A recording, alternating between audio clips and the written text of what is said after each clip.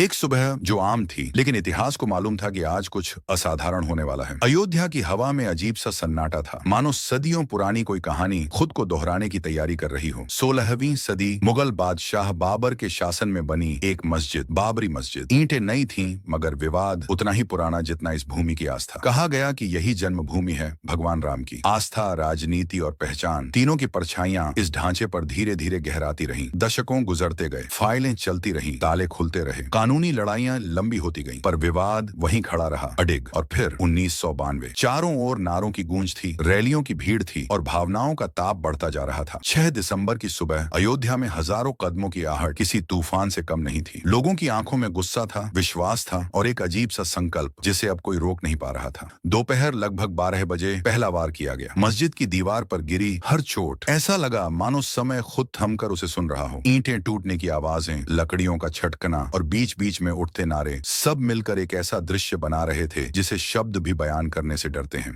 धूल आसमान तक उठ चुकी थी, सुरक्षा बल मौजूद थे, पर भीड़ मानो लहर बनकर सबको बहा ले गई। हर गुजरते मिनट के साथ ढांचा कमजोर पड़ता जा रहा था और फिर वह क्षण आया जिसने भारत की राजनीति, उसके समाज, उसकी सोच और उसकी आत्मा पर एक गहरी लकीर खींच दी। बाबरी मस्जिद ढह चुकी थी, जो कभी 5 सदियों से खड़ी थी, वो कुछ घंटों में मिट्टी में मिल गई। पर गिरा सिर्फ ढांचा नहीं था, टूटे थे सवाल, भावनाएं और एक देश का संतुलन। घटना के बाद फैले दंगे, तनाव और अनिश्चितता, सबने यह साफ कर दिया कि यह सिर्फ एक दिन की कहानी नहीं थी, यह सदियों से जमा होती भावनाओं का विस्फोट था। अदालतें चलती रहीं, रिपोर्टें बनती रहीं, साल गुजरते गए, पर 6 दिसंबर 1992 की धूल इतिहास के पन्नों से कभी नहीं मिट पाई। आज जब हम पीछे मुड़कर देखते हैं तो वह ढांचा नहीं दिखता, दिखती हैं आस्था की परतें, राजनीति की चालें और भावनाओं की वो आग जिसने देश को 2 हिस्सों में बांट कर रख दिया था, सोच के न कि जमीन के। और अंत में यही सवाल खड़ा होता है, क्या यह सिर्फ इतिहास की एक घटना थी या वह चेतावनी जो बताती है कि जब भावनाएं उबलती हैं तो पत्थर भी बोलने लगते हैं। 6 दिसंबर 1992 एक तारीख नहीं, भारत का वो अध्याय है जिसे कोई पढ़ना नहीं चाहता, लेकिन जिसे इतिहास ने हमेशा के लिए दर्ज कर दिया।